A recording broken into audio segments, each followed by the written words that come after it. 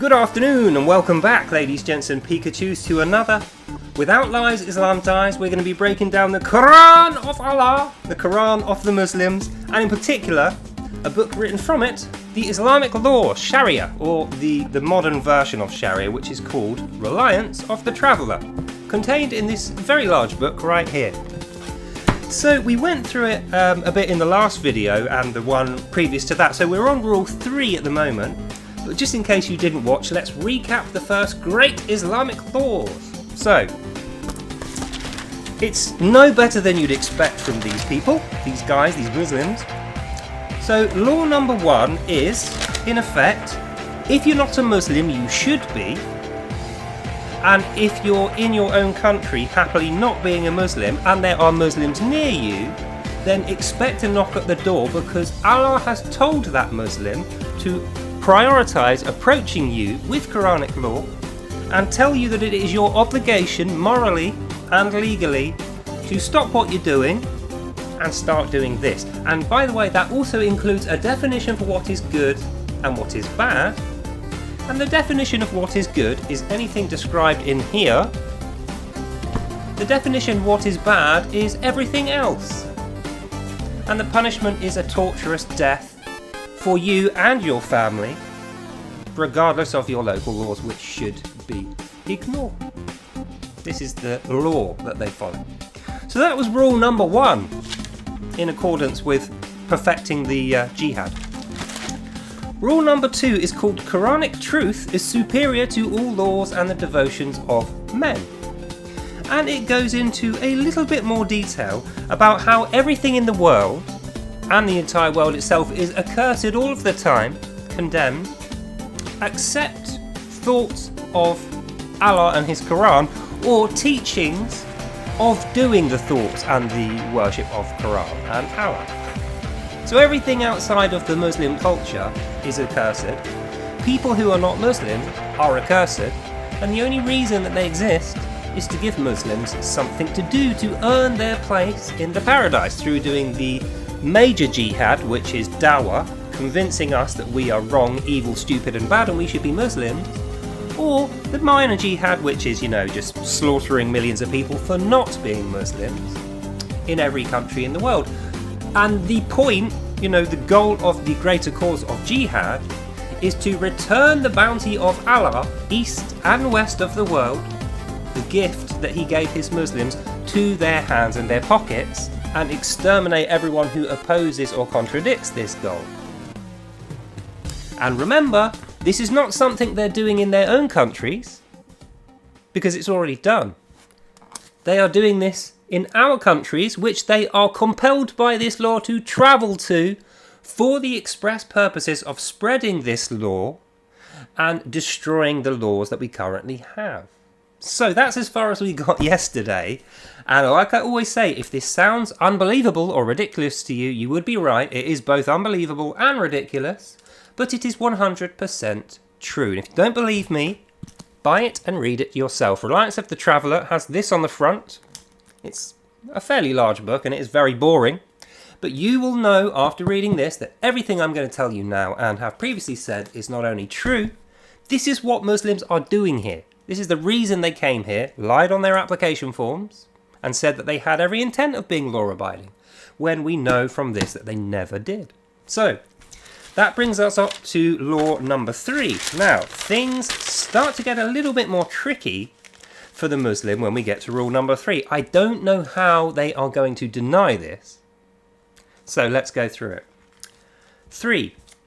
The blaming of seeking evil and corrupted Kufi knowledge, which means anything other than just reading the Quran. So rule number 3 is specifically about blaming Muslims for having accepted Western culture or knowledge, or having learnt anything from us, because obviously everything they know is in here. Everything they need to know is in here. Everything that's good in the words of Allah is in here.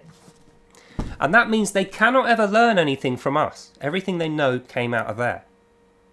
Even the stuff they stole off us and then put in there later. That is still from Allah. Remember, we stole it. Everything we have, we stole from them, is how they see it. So, how do they go about apportioning the blame and the punishments for this? That's what we're going to find out in rule number 3. So, 3a, point 3.1. Whoever seeks or passes on any worldly knowledge outside of that which Allah has granted in his Quran is fully worthy to be condemned to blame by all others, including for earnings, for tutelage, for rank, prestige, for fame, love or position, or for defeating other Muslims in debates. That's 3.1, so let's go through it. And I just know you've already cooked up in your head why this is such a terrible idea for anyone other than someone living in a Muslim country. For instance, someone living here, this would be a terrible idea. So, breaking it down, the first bit says, whoever seeks or passes on. So, asking questions, answering questions is expressly forbidden by Allah in this law.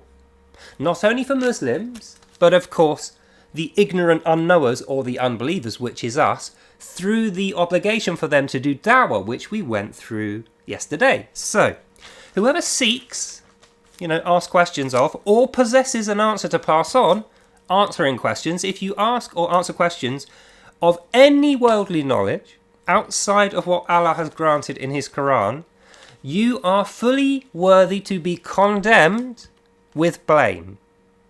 Now, condemned, we know what condemned means. Condemned means I'm going to destroy this later. Like with a building. If a building's condemned, they could put a big sign on it that says, don't enter this premises, we're going to knock it down with bombs or with a machine with a big ball on it. We're going to destroy this building because it has no value. That's what condemned means.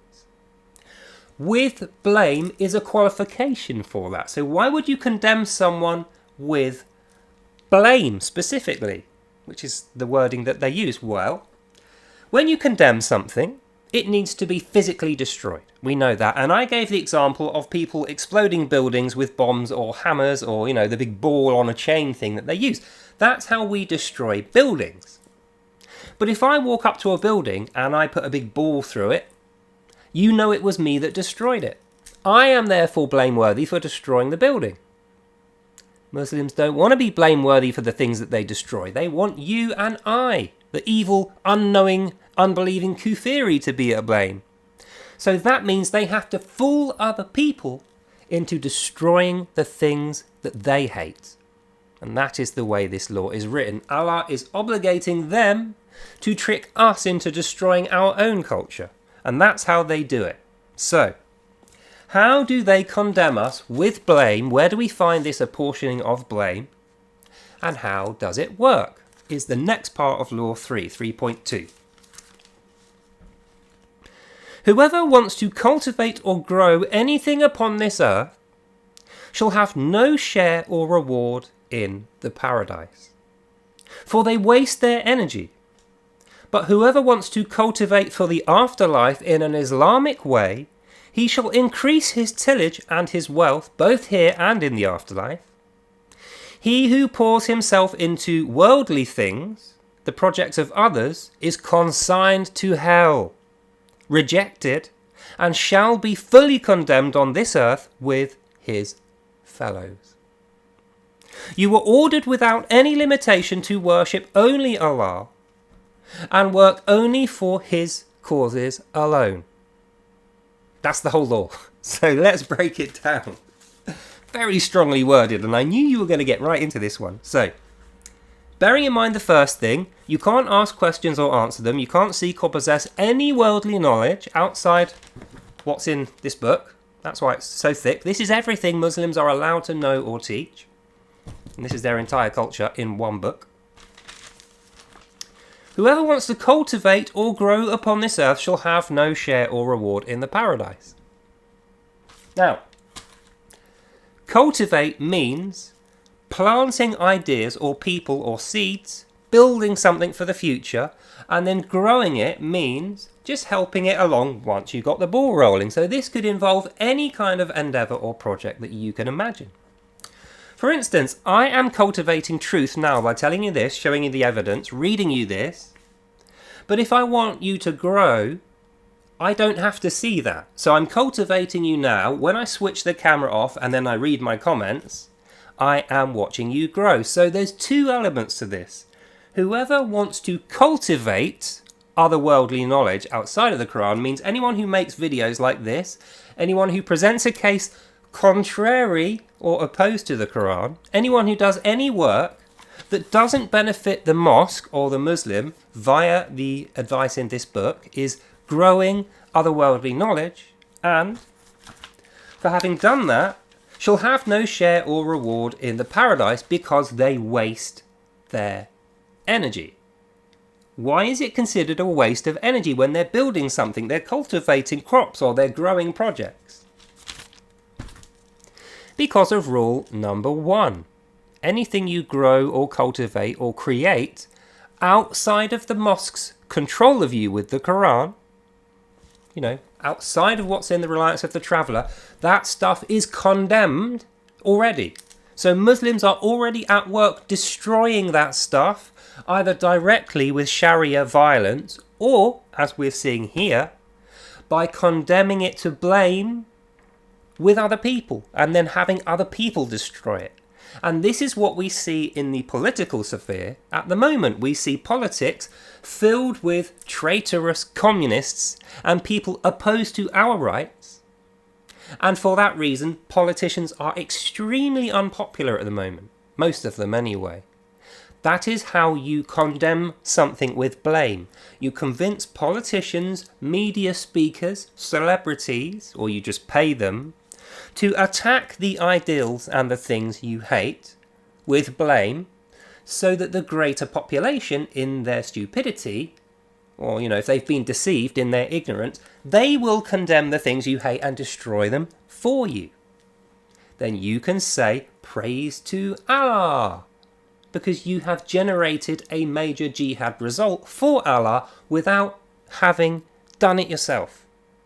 And in so doing, spread the guidance and the wisdom of the Quran in rule 2 that you were supposed to do. The dawah, you've effectively done a dawah there, so you get out of having to do fasting and prayer. You're a good Muslim. It doesn't just stop there though. But whoever wants to cultivate for the afterlife in an Islamic way, we shall increase his tillage and wealth. Now, what is tillage? Tilling means tilling the soil. So before you put seeds into a soil, you must till the soil. It means breaking it up. So even though it sounds like a nice positive thing, tillage, increasing your tillage, it doesn't mean increasing your wealth, which is why wealth is also added. Increasing your tillage means increasing the rate at which you are breaking up the earth. That's actually what this is saying. Allah is saying here, whoever wants to get to the afterlife of Islam, the paradise, through having completed the jihad, done the dawah, destroyed and condemned the Westerners, and overthrown their societies, as we saw in Rule 1 and 2, those people will have their tillage increase, which means the rate at which they can destroy their opponents, us, Kufi, and our countries, shall be increased now, and then wealth will be the result. So they will get paid for this by the mosque, and they'll have greater access to resources, nicer, prettier and more wives, and their sins shall be excused and forgiven.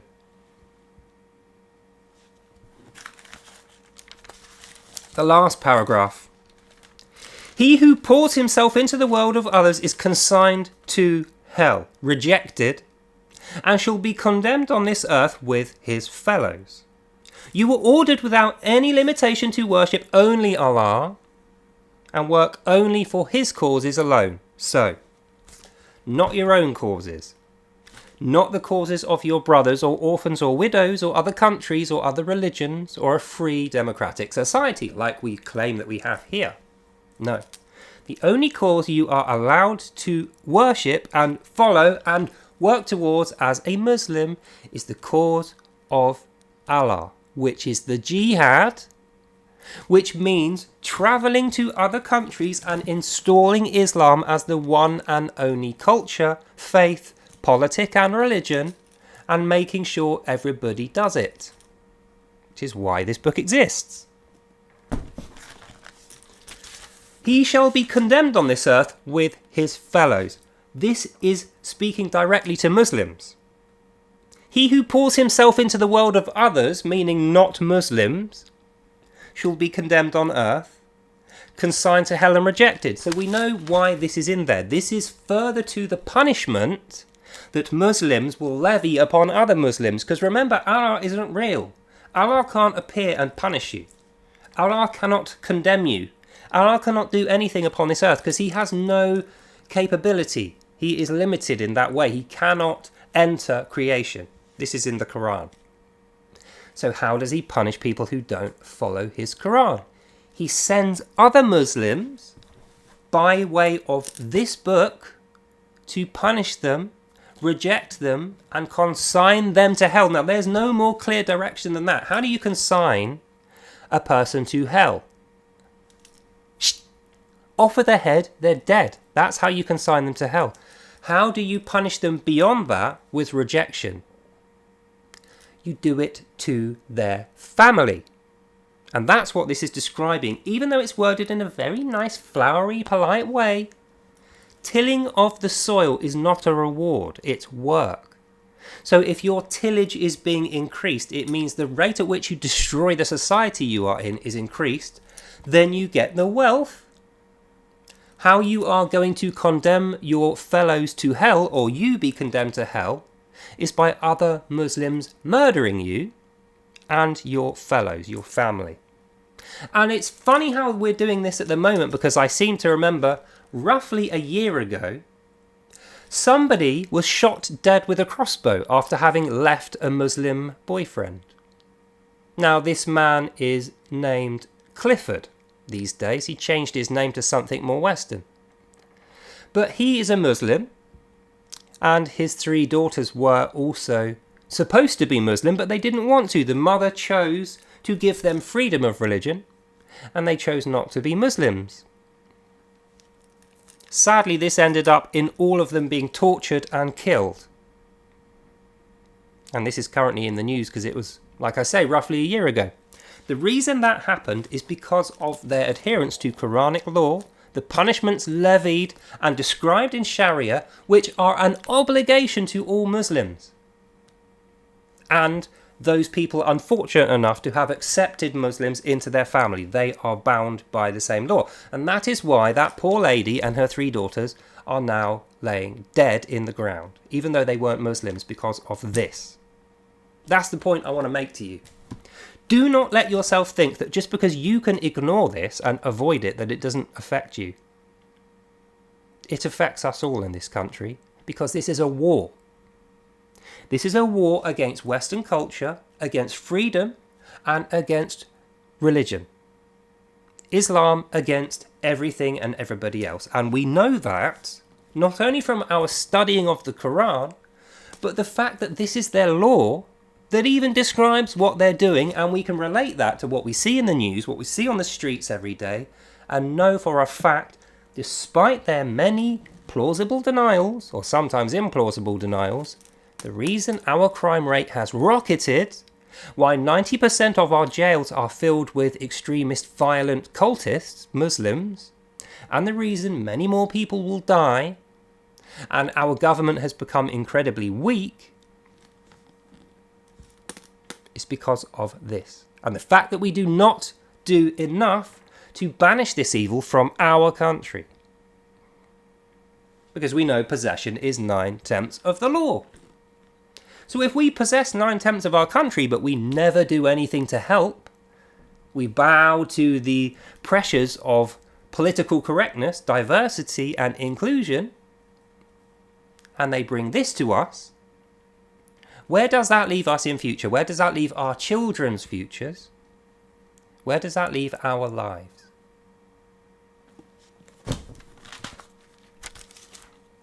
We'll carry on. 3.3. This is a qualification for 3.2. So 3.1 is don't answer questions, don't ask questions, or don't learn or teach or pass on any knowledge outside of the Quran. Otherwise you will be condemned with blame. Will get other people to hate you and destroy your life, and then you'll be killed. That's rule 3.1. 3.2 says if you want to cultivate or grow anything on this earth outside of what the Quran stipulates, that shall be condemned and destroyed as well. So not only you, but your family, your works, anything you make, build or save up, none of that stuff is legal because it's not for Allah's cause of the jihad. And that means you will be condemned with blame and destroyed with your fellows in the way Sharia describes with violence. And that brings us to the last of the threes, 3.3. Muhammad was the guider for you on these matters. So that straight away tells you if you have any questions of this outside of what is answered in this book, then just read about Muhammad's life. What did Muhammad do? And it gives bullet points. The man martyred against evildoers was the first to be judged on the judgment day. The man martyred against evildoers means the man who got killed murdering Westerners. That's what martyrdom is in Islam. Martyrdom in Islam means you were killing Westerners, Christians and Jews, because they are not Muslims, and you inadvertently got yourself killed.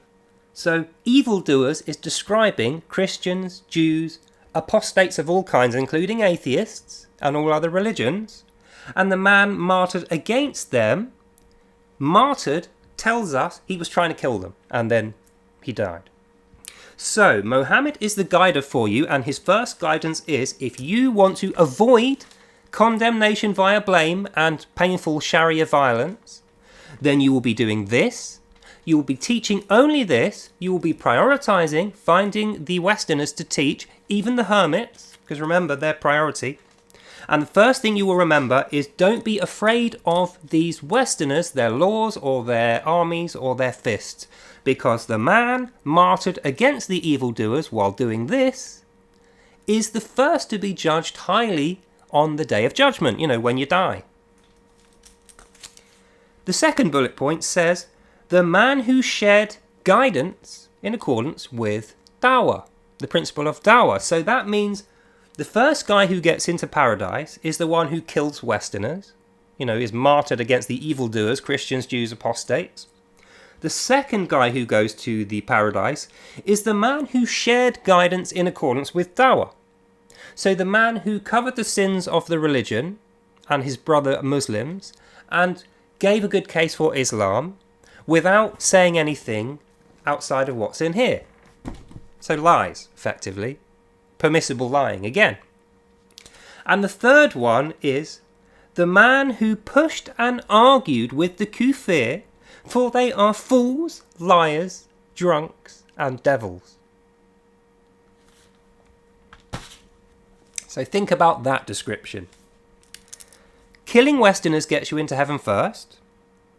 Sharing this knowledge of how to get away with killing Westerners gets you into paradise second. Punishing and arguing with the kuffar will get you in third. And the reason is, and this is what you have to say to them, O Muslim, they are fools, liars, drunks, and devils. Because they're kuffar. So if you think about that, this whole thing is saying Muslim good, everyone not Muslim bad, So bad we need to condemn them with blame, get them to start fighting each other and killing each other. And in debates, even though we're using permissible lies, and we are definitely not telling them the truth, they are the fools, liars, drunks and devils. And if we don't accept this, we're not getting our tillage, our fights. We'll lose all our arguments and debates if we don't do that, which is what it's literally saying. It's literally saying if you don't lie through your teeth, using all these stupid little soft power tactics, if you don't condemn your enemies with false accusations, with blame, and get them to fight each other, then you will never win a fight or an argument. That's what it's saying from Allah to the Muslim. It's saying to the Muslim, don't ever be honest. Don't ever consider the respect of your opponent. Never learn the things that your opponent's talking about. It does not matter, and it will condemn you to know those things. It's the opposite to us, isn't it? And think of yourself. When you go into a debate, what's the first thing you do? Learn your opponent's case. You learn every point. You try and put yourself in his position and see whether he's right or not. And if he's not, you will respectfully try to change his mind so that he agrees with you voluntarily. Don't you? Because that would be the decent thing to do. Then you have a meeting of honest minds and you leave the stage as friends, both having learnt something new. And everyone's wiser and happier. Not so in Islam. In Islam, that is expressly forbidden and evil, and you will be condemned if you take that approach. And the reason is, Muhammad was the guide of you. He never did that. What did Muhammad do? He lied, he swindled, he murdered, and he dominated with violence. That is what you should do. That's why it says Muhammad was your guider.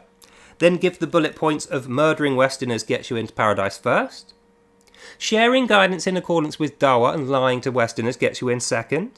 Punishing and arguing with the kuffar gets you in third, for they are fools, liars, drunks and devils. And then the last point, the last paragraph of 3.3 says, those who do other things are to be severely tortured here and on the day of resurrection.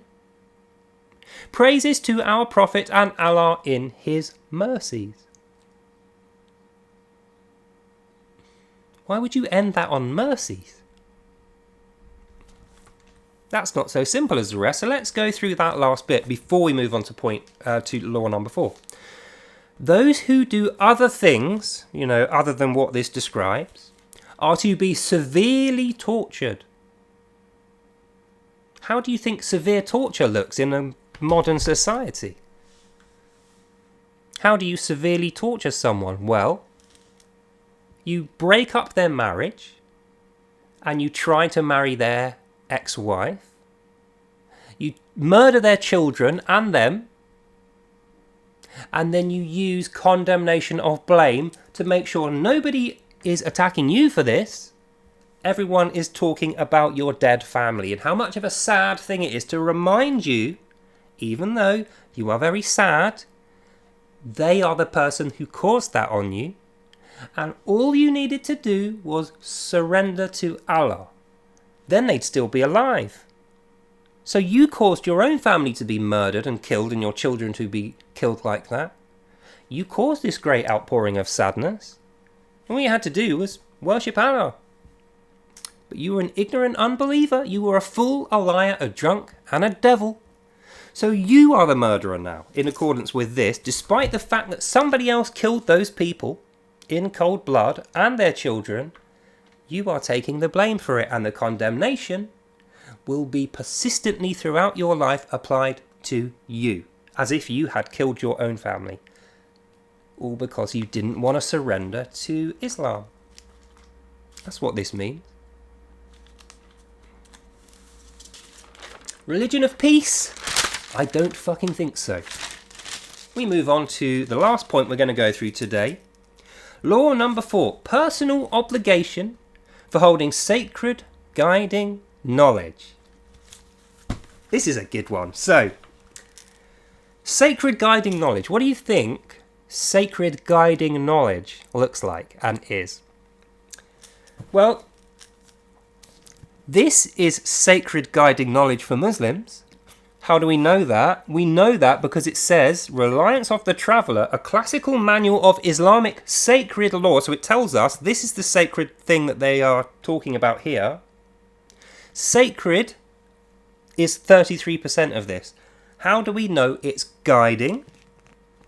Because when we open it and we read the first page past the introduction, it says, Praise Allah Most High who inspired his slave Mohammed, the Quran and the guiding wisdom as a mercy unto the world. So we know within the first 3 pages, sacred guidance is this. And we know from our previous readings of the Quran, knowledge means what's in the Quran, which is what this book is written from. So, Law 4 is personal obligations for you for holding sacred guiding knowledge from the Quran and this book. It doesn't mean sacred guiding knowledge in any other sense, but the Quran and this. And it's your obligation. So it's a retread of point 1 and 2 with more fine detail. So let's begin. 4.1.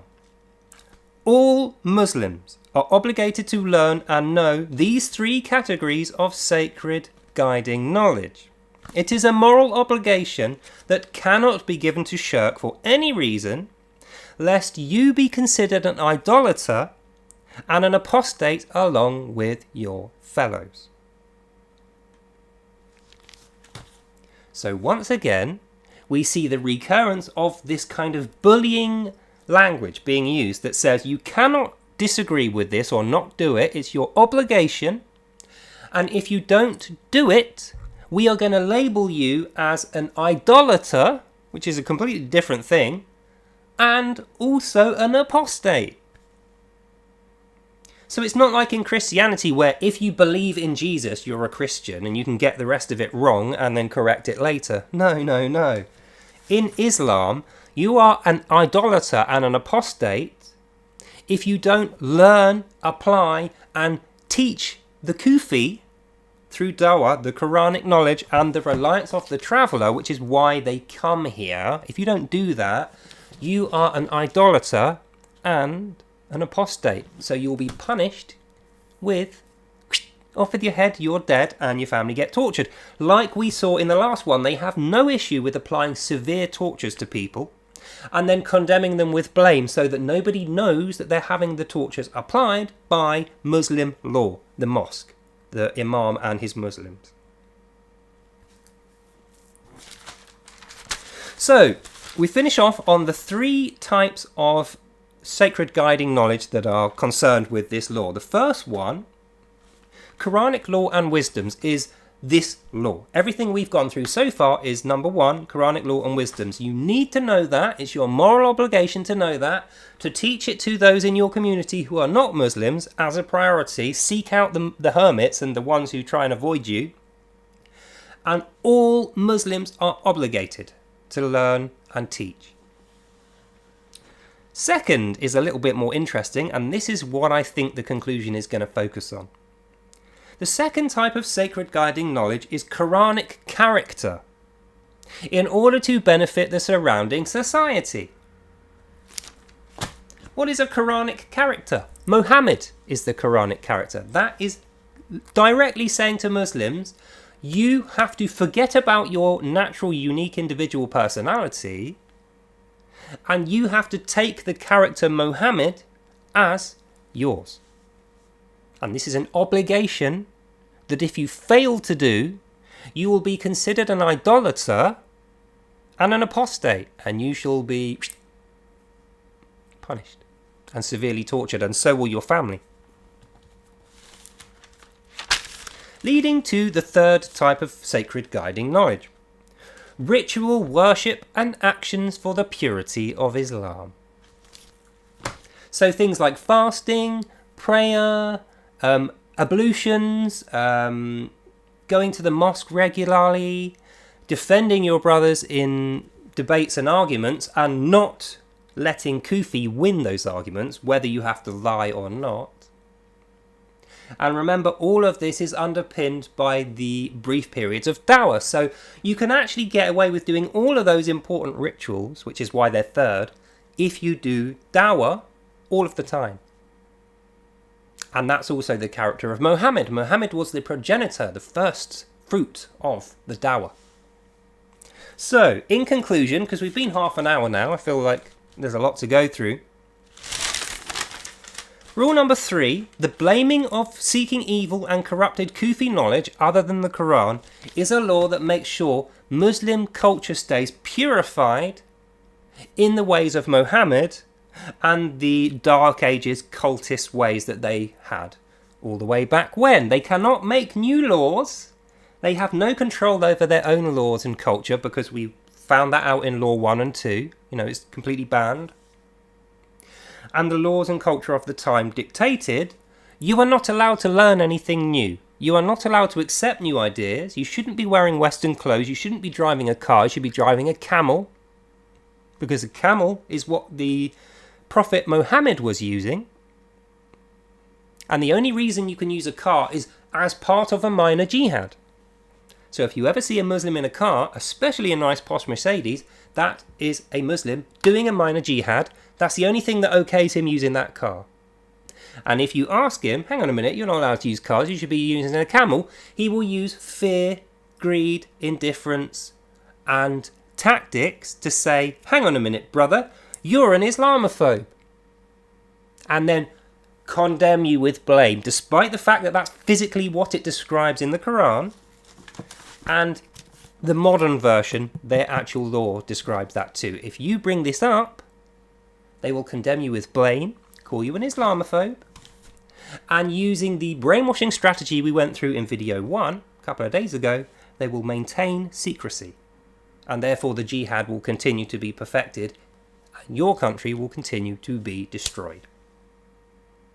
So I think we've gone through enough now of laws 1 to 4 to really know exactly what we're talking about here, and to have none of these illusions that Muslims are here on a peace mission or to, to decentralize themselves and to fit into our society the way that we all live. That was a pipe dream that was never real. And we were lied to when we got told that. So now we know the way to defeat this jihad, to make sure this Muslim disease, this invasion, doesn't take over our country, is to revise and learn and know this, the way that they revise and learn their warlike Quran strategies and their reliance, we need to understand it better than they do. And when the time comes, when the opportunity presents itself, we will be the ones to condemn them with blame.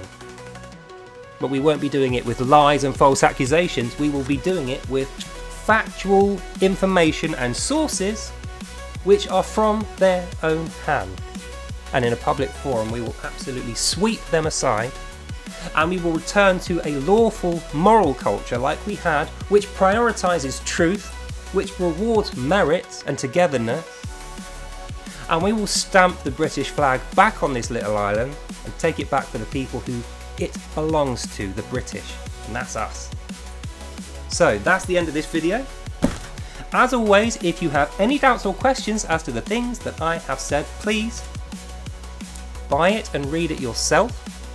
You will find out everything I've said is 100% accurate. Not only that, but you will need to know this going forward as the pace of the jihad accelerates, which it is doing.